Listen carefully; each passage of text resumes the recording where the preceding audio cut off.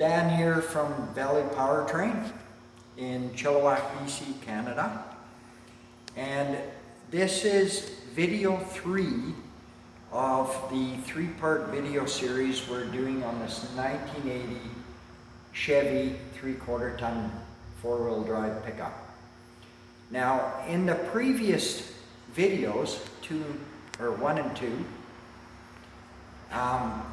I kind of took you through as to what we're doing on this engine here.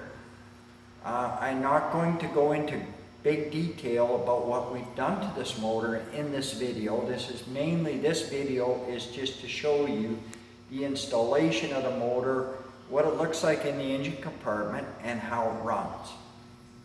If you're interested in more about what was done to this engine, please go back and view video 1 and 2, and you can do that on our YouTube channel at Valley Driveline.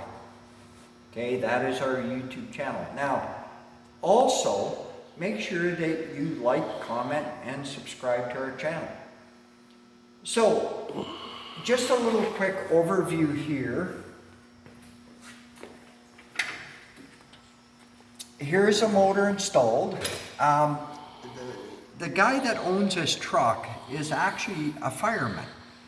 So we decided that we were going to paint the engine block a reddish color.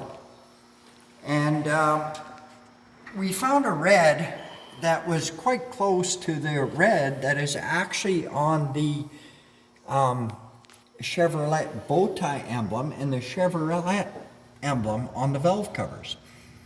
So I think it looks pretty cool. We painted the manifolds with a VHT header paint, which made them look a whole lot better after we cleaned them up and painted them, than just putting these ugly looking manifolds on a nicely painted engine. And basically I'm just going to give you a quick overview. This is a 30 thou over 350 small block Chevy, 4-bolt main. It has hyper-eutectic pistons in it. The crank was ground 10 under. The whole thing's been balanced. We put a myelinated camshaft in it that was ground for torque, basically, up to 5,500 RPM. And if you watch our previous videos, you can find more information on that by watching those videos. It's got an Edelbrock carburetor on it, 4-barrel carburetor at 650 CFM electric choke, and it's just a really nice engine. We've greatly improved the torque and the horsepower on this motor. I find in my test drives that the engine revs a whole lot quicker than what it did when I drove it with a stock motor in it. And I find that the torque has increased considerably. So that's basically it in a nutshell. What I'm going to do here is I'm just going to fire it up and let you guys hear what it sounds like.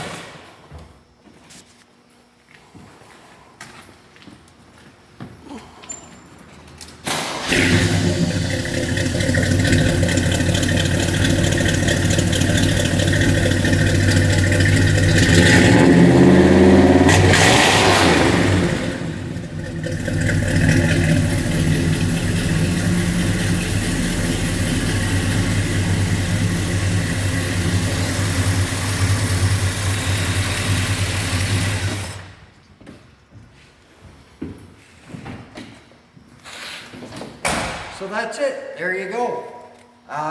Again, if you want to watch our previous videos, go to our YouTube channel, Valley Powertrain. And thank you for watching. Have a great day. Bye for now.